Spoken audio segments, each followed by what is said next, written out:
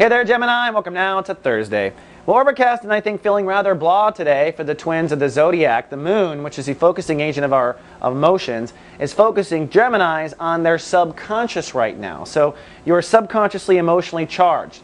Now, your subconscious is the part of your 12 states of awareness that is responsible for subconscious and where you store the weeds in your soul garden. Our subconscious is where our karmic issues are stored, our past life issues are stored. And these issues play out and play out and play out like a vine in a garden over and over in our life until we become conscious of them and we finally yank the damn weed. So you're emotionally charged when it comes to your spiritual karma, and this is a time where if someone makes you really emotional, really upsets you in any way, shape, or form, or even really, really excited beyond reason, you have to ask yourself, is this a pattern in your karmic life? If so, bingo! The moon has just identified a weed in your garden.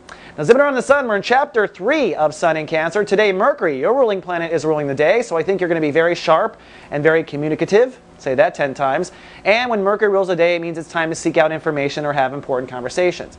Now, the spiritual topic of the month for you is your soul capital. That starts with your self-esteem. You turn that self-esteem into being productive on the planet. You turn that productivity into cash. So this is your potential for abundance. And in chapter 3, we're building the beta version of your new soul capital for the next year. So with Mercury ruling the day today, this is an excellent day to seek out information, have important conversations, or literally the best day to go to human resources and say, hey, I want to raise. I deserve it. I just raised my soul capital.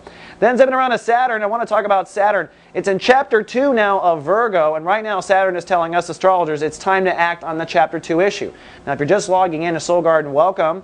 Right now, and actually for the last 18 months, Geminis have been learning to ground themselves. They're learning to get into their home, their family, their foundation. They're reinventing what I call the potting soil of their soul garden. Remember, chapter 2 is all about experimenting, so it's time to act on an experiment you have for how you'll feel better. This may also include your self-mothering. Now, there are two things I'd like you to keep in mind as you act. One is honor your inner child. That's the most important thing. Your inner child knows exactly what will make you feel at home. And secondly, be decisive. Don't get in that grass is greener syndrome, Gemini. Pick one and act on it. As long as your inner child agrees with it, you're on the right path. So pick one and act on it. Don't worry about picking the wrong one. That's what chapter 2 is about, is figuring out what's right. In chapter 3, which will be this fall, you'll actually move and build a new beta version of that potting soil. All right, Gemini, that's all I got for Thursday. I'll see you tomorrow with your weekend forecast. Live, love, be.